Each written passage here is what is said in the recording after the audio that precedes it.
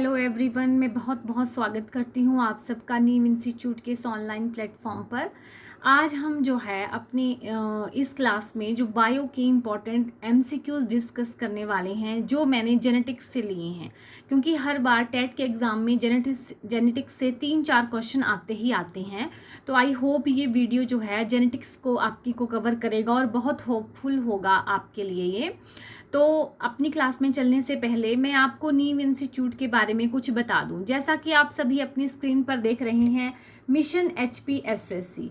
Mission HPSSC का मतलब है कि Neem institute Himachal Pradesh staff selection commission और बोर्ड के अंडर आने वाले डिफरेंट कम्पिटिटिव एग्जाम की ऑनलाइन और ऑफलाइन कोचिंग प्रोवाइड करता है, जिसमें HP TET, HP patwari, HP police, HP forest guard, clerical services and other allied services की कोचिंग जो है वो शामिल है।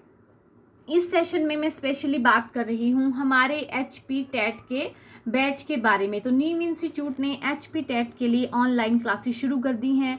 ये क्लासेस हमारी तीनों स्ट्रीम्स आर्ट्स, मेडिकल और नॉन मेडिकल के लिए रहेंगी।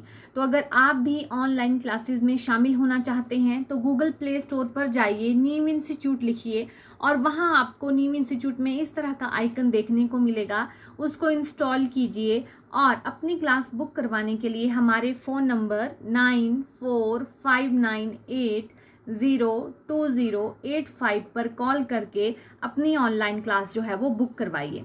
अब मैं आपको बता दूं कि नीम इंस्टीट्यूट ज्वाइन करने में आपके क्या क्या बेनिफिट्स हैं। Benefits of our online and offline classes. इसका सबसे पहला बेनिफिट जो आपको मिलेगा वो है 1 week demo free. 1 week demo free हमारी ऑनलाइन और ऑफलाइन बोथ क्लासेस में रहता है। 1 वीक डेमो फ्री का मतलब है कि अगर आप हमारी क्लासेस ऑनलाइन और ऑफलाइन बोथ ज्वाइन करने में इंटरेस्टेड हैं, कोई भी क्लास, तो आप जो है वो 1 वीक तक डेमो फ्री ले सकते हैं, यह जानने के लिए कि क्या इंस्टीट्यूट का स्टाफ जो है वो आपको आपके एग्ज़ाम की तैयारी करवा सकता है, क्या यहाँ टीचर कैपेबल हैं जो आपको आपके टेट के एग्ज़ाम की प्रेपरेशन या किसी और एग्ज़ाम की प्रेपरेशन करवा सकते हैं। अगर आपको सब ठीक लगता है तो आफ्टर 1 वीक फ्री डेमो लेके आप फी डिपॉजिट करके एडमिशन ले सकते हैं। तो 1 week demo free is the most important benefit and criteria of Neem institute. इसके अलावा हमारी daily classes, weekly test and quizzes and doubt removal session भी रहता है। इसके अलावा एक और इम्पॉर्टेंट चीज़ जो आपकी स्क्रीन पर है वो है 20% discount for BPL students. Neem institute जो है वो 20% डिस्काउंट BPL स्टूडेंट्स के लिए देता है। जहाँ तक हमारी फ़ीस स्ट्रक्चर की बात है वो है 1999 रुपीज़, और फीस में भी जो है हम 20% डिस्काउंट जो है वो BPL स्टूडेंट्स को दे रहे हैं। और HP टेट में मैं बात करूँ तो केमिस्ट्री और बायोलॉजी का सेक्शन जो है वो HP टेट में मेरे पास रहेगा। ठीक है, तो चलिए हम चलते हैं अपने बायोलॉजी के इंपॉर्टेंट MCQs की तरफ। ठीक है, तो फर्स्ट क्वेश्चन जो आपको की स्क्रीन पर दिख रहा है, the function of RNA primer. ठीक है, the function of RNA primer क्या है। ठीक है, तो पहला क्वेश्चन दिख रहा है आपको, तो फर्स्ट ऑप्शन है to join DNA fragment, to halt DNA replication. To halt नहीं होगा, ये होगा टू स्टार्ट DNA रेप्लिकेशन। ठीक है, तो टू क्लीव DNA। तो जो फंक्शन ऑफ RNA प्राइमर है वो है टू स्टार्ट DNA रेप्लिकेशन। ठीक है, तो क्योंकि जैसे आपको पता है कि रेप्लिकेशन क्या होती है। ठीक है, रेप्लिकेशन होती है जब DNA से उसकी ही जो है वो एक कॉपी बनती है। ठीक है, तो उसको बोलते हैं DNA रेप्लिकेशन। तो जैसे हमें पता है कि इस तरह से DNA स्ट्रैंड्स होते हैं, एक 5-3 डायरेक्शन में है तो दूसरा 3 to 5 डायरेक्शन में होता है। तो जब मान लो हम इस स्ट्रैंड को हमने ओपन किया है, अब हम इसके लिए जो है इसकी सिस्टर कॉपी जो है वो बनाएंगे, तो हम वहाँ पे जो है वो एक एंजाइम काम करेगा, वो होता है RNA प्राइमरेज। ठीक है, तो यहाँ पे क्वेश्चन है कि the function of RNA primer, कि RNA प्राइमर का क्या फंक्शन है। तो वो स्टार्ट करेगा DNA रेप्लिकेशन। जैसे यहाँ पे 3 स्ट्रैंड है तो एक और स्ट्रैंड 3 to 5 डायरेक्शन में बनना शुरू हो जाएगा इस DNA की सिस्टर कॉपी। तो वो फंक्शन करता है हमारा RNA primer to start DNA replication. तो RNA प्राइमर का सही ऑप्शन है option number 3, to start DNA replication. Next question है the enzyme that rectified the mismatched bases. ठीक है, ऑफ डीएनए, ठीक है, ऑफ डीएनए। हम यहाँ जेनेटिक्स के ही क्वेश्चन डिस्कस करेंगे। तो ऐसा कौन सा एंजाइम है जो रेस्टिफाई करता है, मतलब ढूंढता है मिसमैच्ड बेसिस को, ठीक है, डीएनए के, और उनको क्लियर करता है, ठीक है। तो जब डीएनए में रेप्लिकेशन होती है, ठीक है, उसकी फोटोकॉपीज बनती है उसकी, ठीक है, तो जो होता है वहाँ पे एक एंजाइम वर्क करता है जो मिसमैच्ड बेसिस अगर कोई बन जाए तो उनको एक तो वो आइडेंटिफाई करता है और दूसरा वहाँ से रिमूव कर देता है। तो वो कौन सा एंजाइम है? तो वो एंजाइम है डीएनए पॉलीमरेज 1। कौन सा एंजाइम है? हमारा डीएनए पॉलीमरेज 1 एंजाइम है जो रेस्टिफाई करता है मिसमैच बेसिस ऑफ डीएनए, ठीक है। नेक्स्ट क्वेश्चन है self duplication property of DNA. Self duplication property of क्या होती है? सेल्फ डुप्लीकेशन का क्या मतलब होता है? सेल्फ होता है अपना आप, डुप्लीकेशन मतलब डुप्लीकेट कॉपी। तो जब डीएनए से उसकी डुप्लीकेट कॉपी बनती है तो उस प्रॉपर्टी को क्या कहते हैं? ठीक है, देखो यहाँ पे टर्म दी गई है रेप्लिकेशन, ऑन्कोजेनेसिस, ट्रांसक्रिप्शन, टेमिनिज्म, ठीक है। तो टेमिनिज्म तो कुछ भी नहीं है। रेप्लिकेशन होती है प्रॉपर्टी डीएनए की, जब डीएनए से उसकी जो है वो सेल्फ डुप्लीकेट होता है, वो अपनी ही कॉपी बनाता है, तो उसको बोलते हैं रेप्लिकेशन। ऑन्कोजेनेसिस जो है वो आता है जहाँ पे ऑन्कोजन्स होते हैं जो कैंसर प्रोड्यूस करते हैं, ऐसी सेल्स जिनमें जो है वो बहुत ज़्यादा सेल डिवीज़न हो जाती है और वो ऑन्कोजीन्स जो है वो मतलब एक कैंसर फॉर्मिंग सेल्स बनाती हैं। और ट्रांसक्रिप्शन का मतलब होता है जब डीएनए पर एमआरएनए प्राइमर बनता है तो उसको ट्रांसक्रिप्शन बोलते हैं। लेकिन self duplication property of DNA जिसमें जो है वो डीएनए की ही जो है वो कॉपी बनती है, ठीक है, उसकी ही कॉपी बनती है, उसको बोलते हैं रेप्लिकेशन। क्या बोलते हैं? रेप्लिकेशन।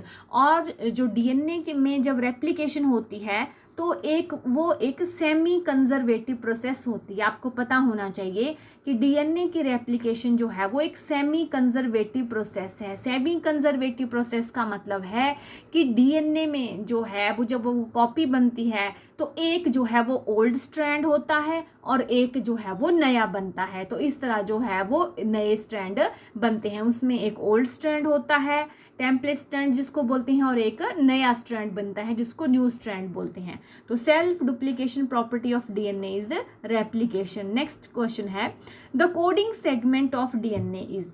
डीएनए में आपको पता है जीन्स होती हैं, ठीक है, तो कोडिंग सेगमेंट ऑफ डीएनए क्या है? मतलब डीएनए का ऐसा कौन सा पार्ट है जो कोड करता है, कोडिंग सेगमेंट है, मतलब जिसके पास जो है प्रॉपर नॉलेज है एंड कोड्स हैं जो नई एक जनरेशन से दूसरे जनरेशन में जाएंगे। तो यहाँ पे ऑप्शन है एंट्रॉन, म्यूटॉन, रेप्लिकॉन, एक्सॉन, ठीक है। तो कोडिंग सेगमेंट ऑफ डीएनए होता है आपका एक्सॉन, ठीक है, वो जीन का पार्ट डीएनए में। कोडिंग सेगमेंट का मतलब है वो जीन का पार्ट जिसमें जो है वो इंफॉर्मेशंस हैं और वो एक जनरेशन से दूसरे जनरेशन में जाएंगी, तो वो कोडिंग सेगमेंट होता है एक्सॉन। क्या होता है? एक्सॉन। एंट्रॉन जो होता है वो कोडिंग सेगमेंट नहीं होता, ठीक है, वो नॉन कोडिंग होता है। म्यूटॉन होता है जब जीन में कोई चेंज हो जाता है तो उसको म्यूटॉन कहते हैं। रेप्लिकॉन मतलब जब रेप्लिकेशन स्टार्ट होती है डीएनए पे, ठीक है, तो उसको मतलब एक पॉइंट पे होती है स्टार्ट, जिसको रेप्लिकॉन बोलते हैं। लेकिन यहाँ पे पूछा गया है कोडिंग सेगमेंट ऑफ डीएनए, ऐसा डीएनए का सेगमेंट जो कोड करता है इंफॉर्मेशन एक जनरेशन से दूसरे जनरेशन में, मतलब जिसमें प्रॉपर इंफॉर्मेशन होती है जीन में जिसमें, तो उसको बोलते हैं एक्सॉन। फोर्थ ऑप्शन आपका राइट है। नेक्स्ट क्वेश्चन है ट्रांसक्रिप्शन स्टार्ट्स है, ठीक है, ट्रांसक्रिप्शन कहाँ शुरू होती है? ठीक है, तो सबसे पहले तो आपको पता होना चाहिए ट्रांसक्रिप्शन क्या होती है। ट्रांसक्रिप्शन का मतलब है जब डीएनए पे जो है, ठीक है, एमआरएनए जो है वो बनता है, ठीक है, जब डीएनए पे क्या बनता है? एमआरएनए। में फिर बता देती हूँ, ट्रांसक्रिप्शन का मतलब होता है जब डीएनए पे क्या बनता है? एमआरएनए, ठीक है, मैसेंजर आरएनए जिसको बोलते हैं वो बनता है, तो उसको बोलते हैं हम ट्रांसक्रिप्शन। तो ट्रांसक्रिप्शन जो है वो कहाँ से स्टार्ट होती है? तो डीएनए में से जब एमआरएनए बनता है तो डीएनए में एक रीजन होता है जिसको बोलते हैं प्रमोटर रीजन। क्या बोलते हैं? Promoter region. और वहां से जो है वो ट्रांसक्रिप्शन जो है वो स्टार्ट होती है। तो transcription starts from promoter region in DNA. ठीक है, transcription starts from promoter region in DNA. और ट्रांसक्रिप्शन होती क्या है? जब डीएनए से एमआरएनए बनता है तो उसको बोलते हैं ट्रांसक्रिप्शन। ठीक है, नेक्स्ट है what is initiation codon. Initiation codon कौन है? मतलब जो स्टार्ट करते हैं डीएनए रेप्लिकेशन। ठीक है, तो यहाँ पे जो है UAA, AUG, UGA, UAG। ठीक है, तो यहाँ पे जो है वो इनिशिएशन कोडोन है AUG। ठीक है, कौन सा कोडोन है इनिशिएशन? AUG। इसके अलावा जो और कोडोन है वो है टर्मिनेशन कोडोन। जो और 3 कोडोन है UAA, UUA, UGA and UAG, वो सारे के सारे जो हैं वो टर्मिनेशन कोडोन है। और इनिशिएशन कोडोन है AUG। ठीक है, ये होता है इनिशिएशन कोडोन जो इनिशिएशन स्टार्ट करता है। ठीक है, नेक्स्ट है Okazaki fragments are associated with the phenomena of. ठीक है, तो ओकाजाकी फ्रेगमेंट्स कब बनते हैं? तो मैम आपको बता दूं कि ओकाजाकी फ्रेगमेंट्स तब बनते हैं जब रेप्लिकेशन ऑफ डीएनए होती है। रेप्लिकेशन ऑफ डीएनए मैंने आपको बता दिया ये सेमी कंजर्वेटिव होती है। और यहाँ रेप्लिकेशन का मतलब होता है जब डीएनए अपनी जो है वो कॉपी बनाता है, तो उस प्रोसेस को बोलते हैं रेप्लिकेशन ऑफ डीएनए। और ओकाजाकी फ्रेगमेंट्स जो है वो रेप्लिकेशन ऑफ डीएनए से ही रिलेटेड है। जैसे मान लो ये आपके डीएनए फ्रेगमेंट्स हैं। ठीक है, हमने ये वाला जो है वो ओपन किया हुआ है क्योंकि सारा डीएनए जो है वो एक बड़ा ही कॉम्प्लेक्स स्ट्रक्चर होता है। ठीक है, आपको पता है वो एक हेलिकल स्ट्रक्चर होता है, डबल हेलिकल। ठीक है, एक स्ट्रैंड 5 to अगर 3 जा रहा है, ठीक है, एक स्ट्रैंड अगर 5 to 3 जा रहा है उसका, तो दूसरा क्या जाता है? 3 to 5 जाता है। तो सारा स्ट्रैंड नहीं खोला जाता उसका, ऐसे इस तरह से स्ट्रैंड खोला जाता है एक, फिर उसकी जो है वो कॉपी बनती है, इस तरह से खुलता है वो। ठीक है, फिर दूसरा स्ट्रैंड खुलता है उसका जो स्मॉल हेलिक्स है, तो फिर उसकी कॉपी बनती है। तो ओकाजाकी फ्रेगमेंट्स इस तरह से बनते हैं, इस तरह से।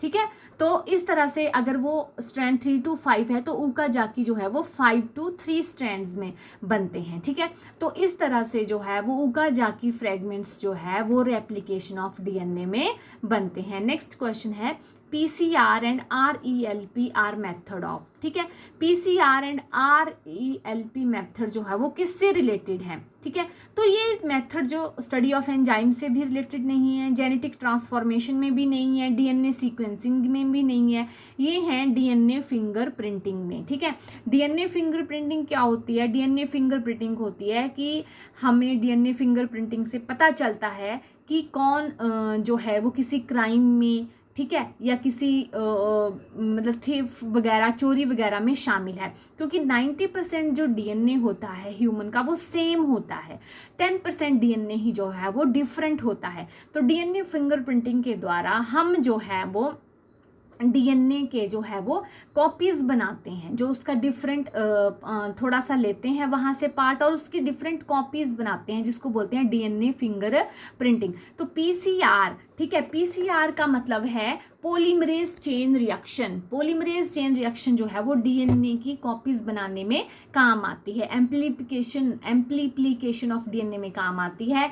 एंड आरईएलएफ, आरईएलएफ का क्या मतलब है? इसका मतलब है रिस्ट्रिक्शन फ्रेगमेंट लेंथ पॉलीमराइजेशन। आरईएलपी का मतलब है रिस्ट्रिक्शन एंजाइम लेंथ पॉलीमराइजेशन। और पीसीआर का मतलब है पॉलीमरेज चेन रिएक्शन। इन दोनों का काम होता है जेनेटिक फिंगर प्रिंटिंग में। जब हमने कोई क्राइम वगैरह ढूंढना हो तो हम जो है वो डीएनए की कॉपीज़ बनाते हैं और उससे हमें पता चल जाता है कि ये डीएनए किसका है, क्योंकि 90% डीएनए जो है वो डिफरेंट होता है। हम वो 10% वाला डीएनए, जिसको सैटेलाइट डीएनए बोलते हैं, जो हर ह्यूमन में डिफरेंट होता है, उसका यूज़ करते हैं बाई पीसीआर एंड आरईएलपी मेथड के द्वारा। तो इस क्वेश्चन के अकॉर्डिंग राइट आंसर है ऑप्शन नंबर डी।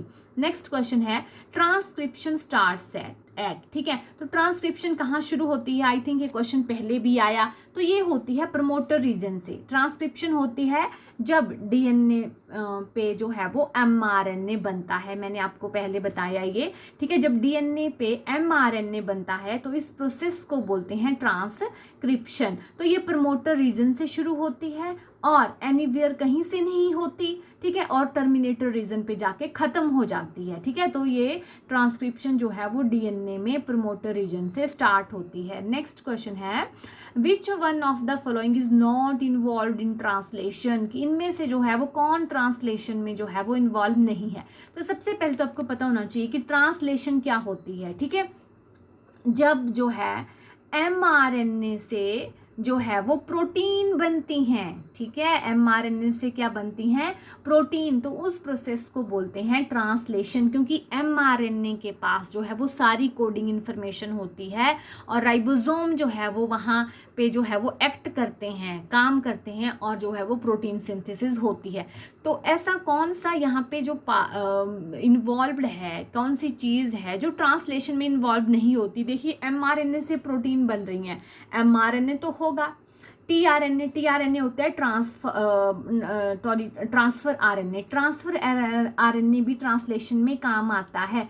क्यों? क्योंकि ट्रांसफर आरएनए ही जो है वो एमआरएनए को इंफॉर्मेशन लाता है, तभी वो जो है वो आगे प्रोटीन सिंथेसिस करता है। तो टीआरएनए भी इन्वॉल्व होता है। आगे है आपका डीएनए। डीएनए जो है इसमें इन्वॉल्व नहीं होता ट्रांसलेशन में, डीएनए सिर्फ ट्रांसक्रिप्शन में ही इन्वॉल्व होता है। आगे है आपका अमीनो एसिड। अमीनो एसिड जो है आपको पता है वही फिर आगे जाके जो है वो प्रोटीन्स बनाते हैं, ठीक है। तो यहाँ इस क्वेश्चन के अकॉर्डिंग ट्रांसलेशन में जो है वो कौन इन्वॉल्व नहीं है, तो ट्रांसलेशन में जो है वो डीएनए इन्वॉल्व नहीं होता। नेक्स्ट क्वेश्चन देखते हैं, the father of experimental genetics. Experimental genetics के फादर कौन हैं? तो एक्सपेरिमेंटल जेनेटिक्स के फादर हैं टीएच मॉर्गन, ठीक है, टीएच मॉर्गन, ठीक है। थॉमस हंट मॉर्गन नाम था उनका। वो एक्सपेरिमेंटल जेनेटिक्स के जो थे फादर थे, क्योंकि उन्होंने थोड़ा सा म्यूटेशन के बारे में बताया था जीन्स की, ठीक है। तो वही हुए फादर फिर एक्सपेरिमेंटल जेनेटिक्स के, ठीक है। क्वेश्चन नंबर 12 है, the number of characters selected by Mendel in a P plant, ठीक है, कि जब मेंडल ने जो है आपको पता है जेनेटिक स्टडी करने के लिए कि बिहेवियर जीन्स कैसे जो है वो कम्युनिकेट करते हैं आपस में, किस तरह से जो करेक्टर हैं वो पेरेंट्स से जो है वो ऑफस्प्रिंग्स में आते हैं, तो उसने जो है पी प्लांट लिया था, उसकी स्टडी की थी, पता होना चाहिए आपको। और गार्डन पी प्लांट था वो, और उसने कितने करेक्टर उनके स्टडी किए थे? तो उसने किए थे 7 करेक्टर स्टडी। कितने किए थे? 7 करेक्टर स्टडी। जैसे ये पॉड लेंथ होगी, ऐसा इसका कलर है फ्लावर का, ठीक है, ऐसे सीड हैं, तो इस तरह से कुल मिला के उसके जो थे वो 7 करेक्टर थे जो उसने पी प्लांट में स्टडी किए थे। नेक्स्ट क्वेश्चन है, the genes are in the form of. Gene जो है वो किसकी फॉर्म में होती हैं? आपको पता है जो डीएनए है हमारा, ठीक है, वही हमारी जो है वो जेनेटिक इन्फॉर्मेशन एक पेरेंट्स से ऑफस्प्रिंग्स में कैरी करता है, वहीं पे जीन्स होती हैं। और जो कोडिंग होती है, मतलब जो वहाँ पे हमने पहले पढ़ा कि एक्सॉन होता है, कोडिंग सेगमेंट होता है जीन का, ठीक है, तो वही इंफॉर्मेशन कैरी करता है। पर यहाँ पे पूछा गया है कि the gene are in the form of. Gene किस फॉर्म में होती हैं? तो जीन जो है वो सीक्वेंस ऑफ न्यूक्लियोटाइड्स होती है डीएनए पे, क्योंकि आपने देखा है जो डीएनए है वो बना होता है शुगर से, राइबोज शुगर से, डीऑक्सीराइबोज शुगर से, ठीक है, फॉस्फेट ग्रुप बना होता है उसमें, और न्यूक्लियोटाइड्स होते हैं, ठीक है। तो जो जीन किस फॉर्म में होती हैं डीएनए में? तो वो होती हैं in the sequence of nucleotides. तो option first is the right answer. The gene are in the form of sequence of nucleotides on DNA. आगे है, genetics term was proposed bye.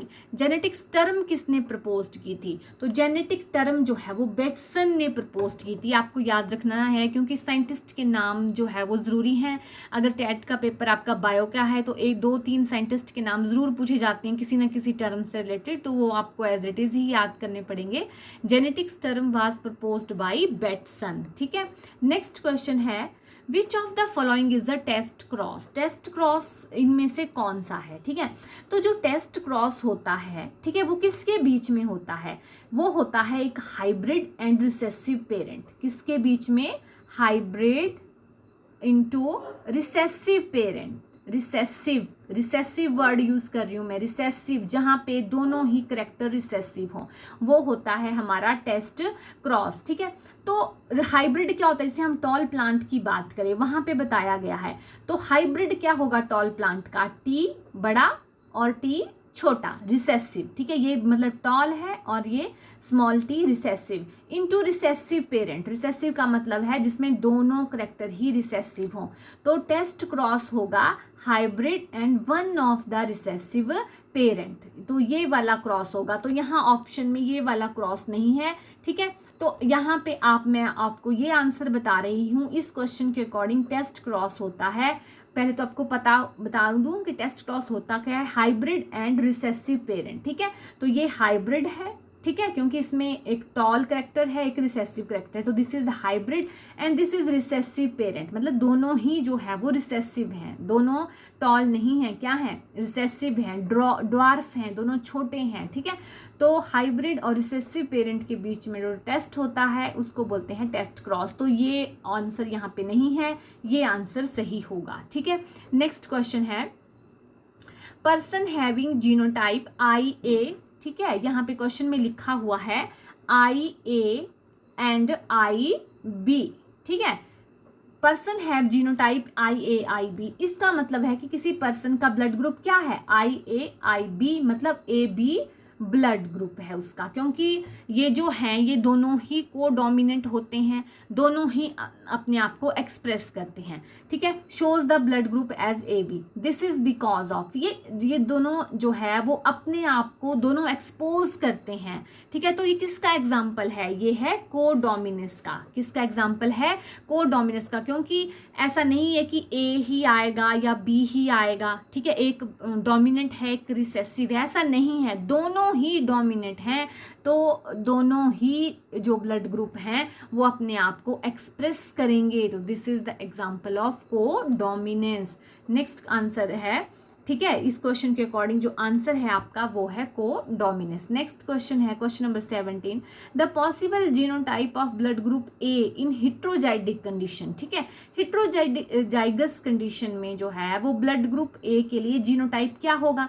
अब किसी का ब्लड ग्रुप A होगा तो उसके लिए जीनोटाइप क्या होगा, एक तो दो पॉसिबिलिटी हैं, IA मतलब इस तरह होगा तो वो ब्लड ग्रुप ए होगा, लेकिन यहाँ पे ब्लड ग्रुप ए पूछा है इन हिट्रोजाइगस कंडीशन में, कि हिट्रोजाइगस कंडीशन में जो है वो ब्लड ग्रुप ए होगा तो क्या जीनोटाइप होगा। तो हिट्रोजाइगस का मतलब है कि वहाँ पे डोमिनेंट और रिसेसिव दोनों करेक्टर होंगे, तो उसके लिए जो होगा IA और I होगा, क्योंकि स्मॉल I जो है वो अपने वहाँ पे कोई एंटीजन नहीं है, वो अपने आप को एक्सप्रेस नहीं करेगा, तो ये वाला जीनोटाइप होगा। तो हिट्रोजाइगस कंडीशन में जो ब्लड ग्रुप है जो वो A होगा, इसमें भी होगा, लेकिन इसमें जो है वो हिट्रोजाइगस कंडीशन नहीं है, क्या है, दोनों AA हैं, होमोजाइगस कंडीशन है।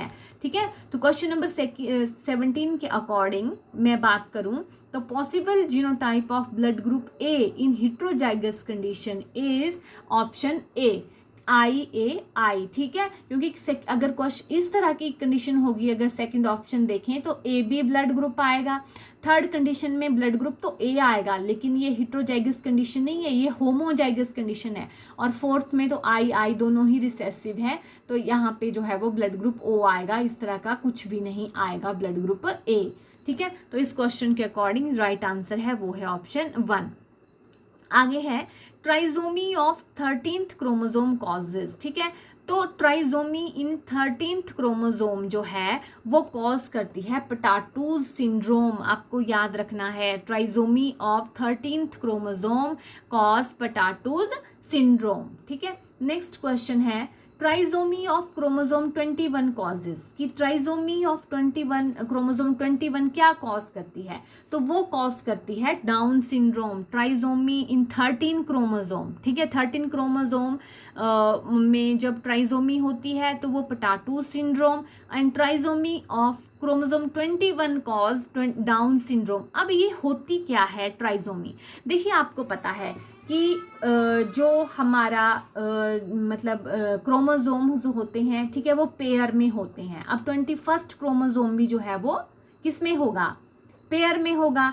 ठीक है। तो जब सेल डिवीज़न होगी तो 21st क्रोमोसोम जब वो जाएगा पेरेंट्स से ऑफस्प्रिंग्स में तो सेल डिवीज़न होगी।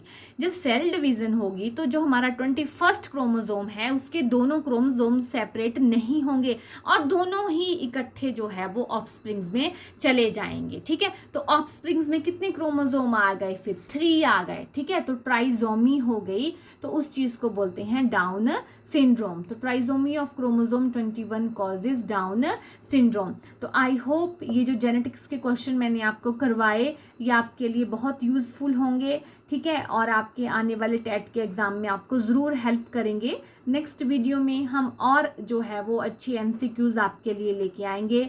तब तक के लिए धन्यवाद। Have a nice day.